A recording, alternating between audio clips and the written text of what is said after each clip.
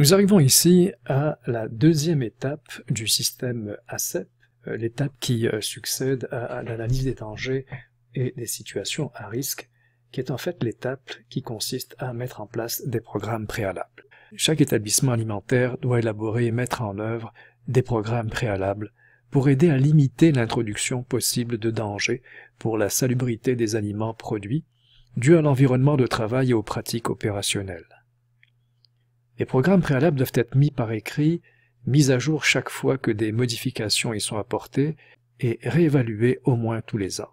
Les établissements doivent s'assurer que leurs programmes préalables reflètent l'environnement de travail et les pratiques opérationnelles en cours, et qu'ils sont conformes aux politiques, aux manuels, aux procédures et aux règlements en vigueur selon le secteur d'activité. Les programmes préalables doivent être installés avant même les premières manipulations. Le MAPAC définit 7 programmes préalables. Les locaux, les transports, l'achat, la réception, l'expédition, l'entreposage, l'équipement, le personnel, l'assainissement et la lutte contre la vermine, les rappels et les contrôles des allergènes constituent les 7 points et donc les 7 préoccupations de ces programmes préalables. Chaque programme préalable est divisé en éléments, sous-éléments et items qui comprennent les exigences. À titre d'exemple, le programme des locaux a pour éléments les bâtiments, l'extérieur du bâtiment comme l'intérieur du bâtiment, les installations sanitaires. Pour ce qui concerne le bâtiment, un sous-élément peut être envisagé ici à titre d'exemple toujours, comme l'éclairage. Et pour ce sous-élément qui est l'éclairage, certaines exigences sont appliquées. Ce sont des exigences, bien entendu, qui sont définies par le règlement sur les aliments.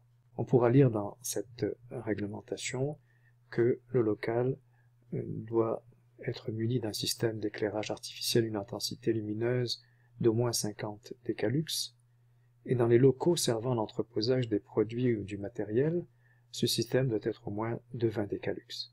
Il sera aussi mentionné que le système d'éclairage ne doit pas modifier la couleur des aliments et permettre de mener à bien l'activité de production ou d'inspection prévue. Les différents programmes préalables rejoignent d'une certaine façon la méthode des 5 M. Si l'on devait considérer, à titre d'exemple toujours, le programme de lutte contre la vermine. Si le programme préalable comprend ce point important, c'est que forcément, il y a une correspondance au niveau des 5 M et nous avons déjà abordé ces aspects dans les bonnes pratiques en ce qui concerne les caractéristiques du milieu, donc la présence d'animaux, d'insectes et de leurs excréments. Le programme d'assainissement a été envisagé dans la méthode nettoyage et assainissement.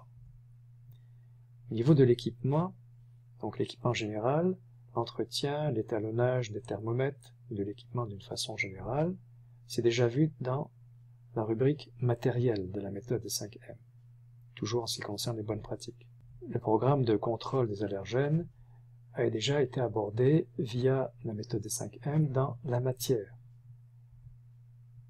Entreposage dans la méthode. La qualité de l'eau dans le milieu.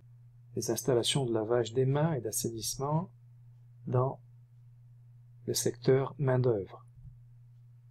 L'achat, la réception et l'expédition dans les aspects concernant l'origine de la matière première. Le codage et l'étiquetage a été aussi entrevu dans cette même rubrique qu'est la matière. Il reste 3 éléments essentiels qui sont, on va dire, envisagés en dehors de ceux que l'on a déjà abordés dans les bonnes pratiques et qui concernent les politiques de rappel, la formation du personnel et les locaux.